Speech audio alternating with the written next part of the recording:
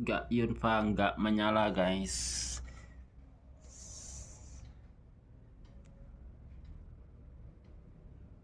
Ya, ini contoh sablonnya ya. Yunfa. Kita goyang lagi bro.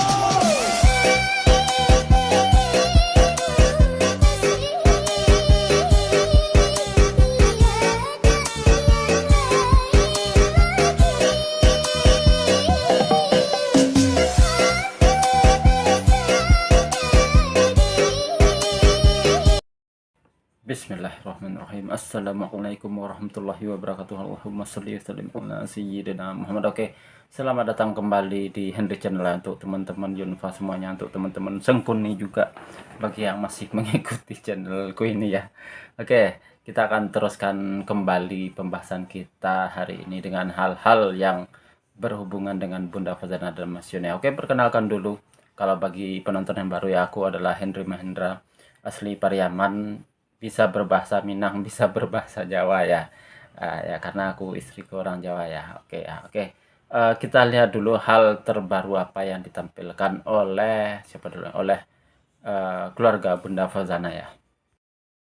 Oke, di samping saya ada story Instagramnya Kak Jia. Dalam hal ini adalah adik kandung Bunda Fazana ya. Kita lihat dulu hal menarik apa yang ditampilkan oleh Kak Jia. Bentar. Dalam ni awak cari-cari strawberry ni macam mana lah tu? Awak nak Tak lama cari-cari strawberry tak ketemu ya. Awak nak rasa Awak ada rasa baru ketemu. sebab kita orang ni ngidam sangat lah, sangat ngidam lah, ngidam. Tak awak kenapa ngidam strawberry Tak awak? tahulah, Tak nak tahu. sangat. Nak Nah ini tumben-tumbenan ya Kak Ji menghibur kita lagi dengan cosplaynya yang unik ya. Kalau dulu itu sebelum pernikahannya dengan yang dulu yang gagal ya. Kita tahu Kak Ji itu sangat menghibur sekali ya di live TikTok ya. Ini sekarang beliau sudah kembali fresh, kembali ke jati dirinya lagi. Itu menghibur kita semua, itu salah satunya nih dengan berbahasa Malaysia ya. sangat. Ini kenapa berbulu ni? Ya, namanya dibasuh dulu. Walid. Kita lihat dulu. Tak orang lagi di Pariaman. Ngapa tak orang Beli Pariaman? minyak ni dah habis-habis. Nak dapurkan. Sebab kita orang nak make up, nak buat alis, nak ini, nak lem bulu mata tu adalah satu-satunya yang sangat diperguna. Ya, untuk teman-teman ketahui ya, apa ya, Kak Ji ini kan saat ini sedang berbahasa Malaysia. Kenapa Kak Ji cukup mudah berbahasa Malaysia? Ya karena Sumatera Barat itu sebenarnya ada yang bilang masih masuk rumpunnya Melayu. Malaysia itu kan bangsa Melayu juga. Jadi ya dalam beberapa kosakata itu kita hampir mirip, cuman beda di logatnya aja dalam beberapa kata. Beberapa persennya aku nggak tahu. Makanya kita pernah saksikan juga Bunda Fauzana dulunya sebelum ketemu Iyun itu juga bisa berbahasa Malaysia. Ya karena penjelasan sederhananya adalah ya mungkin akar budayanya hampir sama ya. Secara bahasa ya, bahasanya bahasa Melayu dan bahasa Minang itu kalau teman-teman pelajari ya sebenarnya beberapa juga sangat mirip dengan bahasa Melayu sebenarnya untuk beberapa kosakata ya. Ya, kita teruskan lagi ya. Kita teruskan lagi. Awak ngapa Pariaman kok nyampe Pariaman ni? Ya, Bukannya karena- awak make up je. Ya, tadi kan saya make up ke.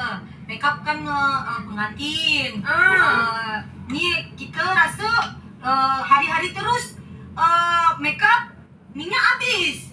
Kan kita harus fullkan lah minyaknya. Full tadi di Simpang Tebel, Pariaman. Kampung dalam ya? Simpang Tebel kampung dalam. Ya, ini aku cukup senang juga ini detik-detik Kak Ji menyebut. Nah, ini kalau untuk teman-teman yang tahu kampungku di Pariaman itu, ini barusan disebut Kak Ji ya, nama kampungku yang di Pariaman ya. Ini detik-detik beliau menyebut nama kampungku ya. Simpang Tebe, Kampung Dalam. Nah, di Kampung Dalam itu kampungku ya. Kampung Dalam itu 5 koto. Nah, alamatnya namanya Kecamatan 5 Koto Kampung Dalam. Itu alamat kampungku. Kalau Bunda Fauzana itu alamatnya di 4 Koto Aur Malintang. Nah, itu nama kecamatannya ya. Nah, ini beliau ini kan kalau mau ke Kota Pariaman, mau kulaan rias-riasan, Kak Ji ini, itu dia kan ke Kota Pariaman. Itu pasti ngelewati kampungku, teman-teman. Pasti ngelewati 5 Koto Kampung Dalam. Nah, dia ini nyari bensin itu sampai sampai ke 5 Koto Kampung Dalam ya. Kita lihat dulu. Siapa tahu kau nak tahu? Ya dekat kita ni ada Pertamina tadi yang besar tu. Ya bisa. Ini Pertamina Oh, lah. Ini Pertamina. Ya, Pertamina tu. Oke, kita akan teruskan kembali pembahasan kita. Kita lihat dulu apa yang terbaru yang disampaikan, yang disuguhkan oleh Bunda Fauzana ya. Oke, di samping saya ada salah satu VT terbaru dari Bunda Fauzana, yaitu beliau katanya mau rilis lagu di hari Kamis ya, insya Allah ya katanya. Ada kabar yang beredar seperti itu, tapi aku belum mendapatkan info yang pasti ya. Nah, ini salah satu cuplikan dari apa itu namanya, video klip terbaru Bunda Fauzana. Kebetulan lagu ini adalah lagu keempat yang diciptakan oleh Bunda Fauzana sendiri ya. Ini seperti ini cuplikannya. Aku takut kena copyright ini ya, jadi aku terjemahkan aja refnya sedikit ya. Ketika bertemu aku malu-malu, tapi ketika sudah berjauhan aku merindu-rindu. Itu artinya ya. Apakah ini berhubungan dengan apakah lagu ini terinspirasi dari pertemuan Bunda Fauzana dengan Mas Iyun di 10.10? Wallahu alam ya. Cuman mereka berdua yang cuman Bunda Fauzana sendiri ya, yang cuman Tuhan dan Bunda Fauzana sendiri yang bisa menjawab ya, karena yang menciptakan lagu ini kebetulan Bunda Fauzana ya. Nah itu ya. Oke, kita lihat dulu hal unik apa yang kita bahas hari ini ya. Kita coba berkunjung ke salah satu akun Yunfa garis keras ya. Sudah berada di akunnya Mas Abi Reza ya. Ini ada ada hal penting yang perlu ku bahas saat ini ya, untuk konten utama kita hari ini ya. Ini tentang Biro Jodoh ya. Seperti apakah konten Mas Abi Reza ya, kita lihat dulu ya. Bentar. Mas bersama Abi Reza. Oke teman-teman ya, aku tuh kadang-kadang kalau live teman-teman agak sedikit risih dengan tapping-tappingan apa ya, Biro Jodoh itu masih risih, masih menjodoh-jodohkan Mas Yun dengan Dinda. Ya.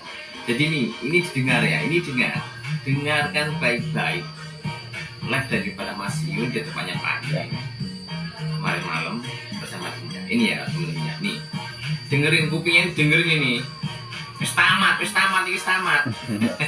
Meme tamat, Dinda tamat. Ya. Terus nggak ada Biro Jodoh itu. Berhentilah, fokus ke Yunfa, oke? Dengerin. Emangnya namanya pokoknya kamu nanti kalau ya. Kenapa? Apa? Belum apa ya? Kamu ngomong apa tadi? Ya pokoknya kamu nanti kalau aku udah nikah gitu kamu harus bestinan sama istriku ya. Biar iya. Ya. Maksudnya yang diuli apa ya ini benar loh. Piye? Wis jelas urung. Nek urung jelas, Reni aku kamu ora kalau linggis sekalian. Ya, assalamualaikum. Oke.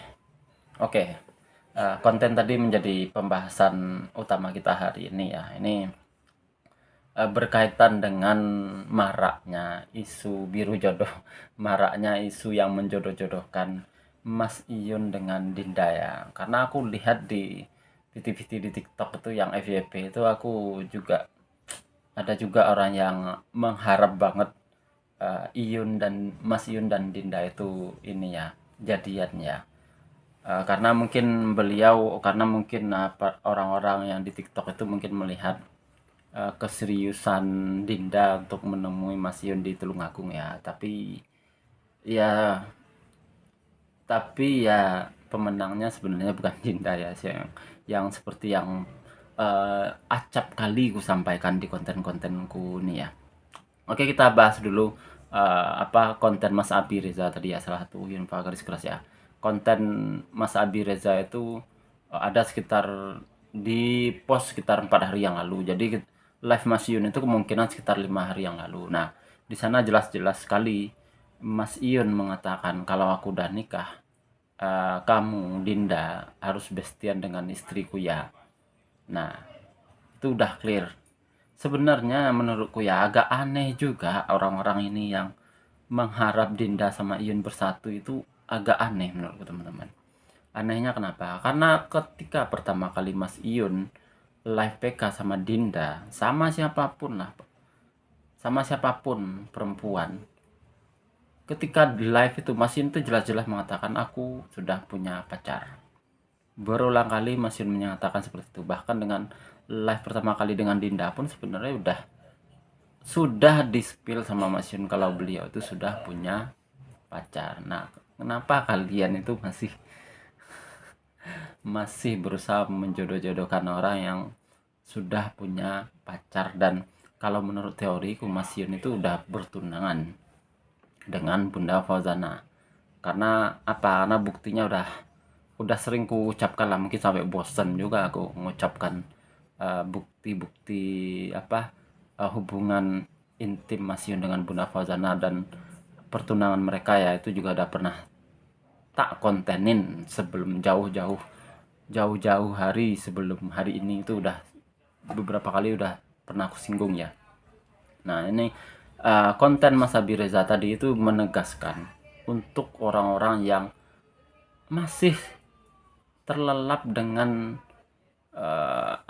dengan hiburan-hiburan TikTok, dengan hiburan-hiburan live Mas Iyun dan Dinda ya. Karena sekali lagi teman-teman tuh harus ngerti mana yang dunia nyata, mana yang dunia live hiburan TikTok ya. Itu harus dibedakan. Nggak sama teman-teman, nggak sama.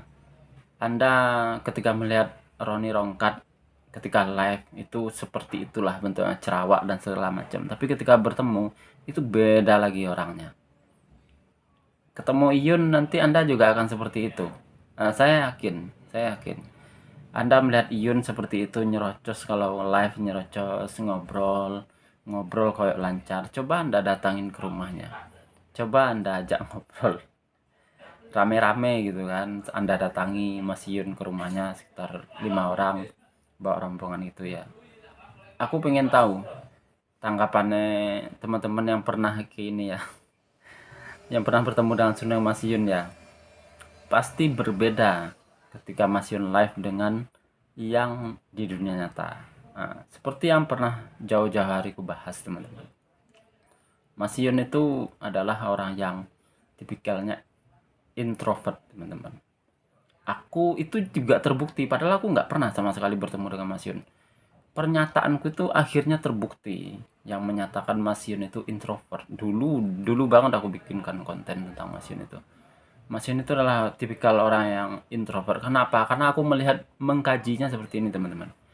Mas Iyun itu ketika di Kopdar, menghadiri Kopdar Surabaya, menghadiri Kopdar di Jombang juga, itu dia sangat sedikit sekali memberikan pidato. Padahal dia adalah ketua Sobat Ngarit pada saat itu. Dia sangat irit sekali berbicara. Itu dari sana aku melihat. Terus dari tanggal lahirnya juga teman-teman.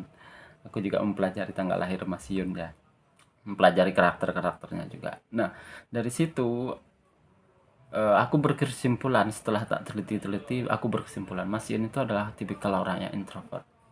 Dia itu kalau introvert itu nggak terlalu nyaman dengan banyak orang. Makanya kita lihat Mas Iyun di Kopdar itu ngomongnya sangat sedikit sekali. Nah, ini yang nggak dipelajari oleh konten konten kreator lain-lainnya ini nggak mempelajari. Ini juga akhirnya berimbas sama ini orang-orang yang sok tahu, yang apa itu namanya, ada orang-orang yang sok tahu. Aku pernah ke rumah Mas Yun, pernah ketemu langsung dengan Mas Yun, menanyakan hubungannya dengan Bunda Fauzana. Kata beliau udah tamat, kata Mas Yun udah tamat. Iya, aku mengamini informasi itu, iya benar. Tapi apakah ketika Mas Yun bilang tamat itu hubungannya benar-benar selesai dengan Bunda Fauzana? Enggak, perlu dipertanyakan.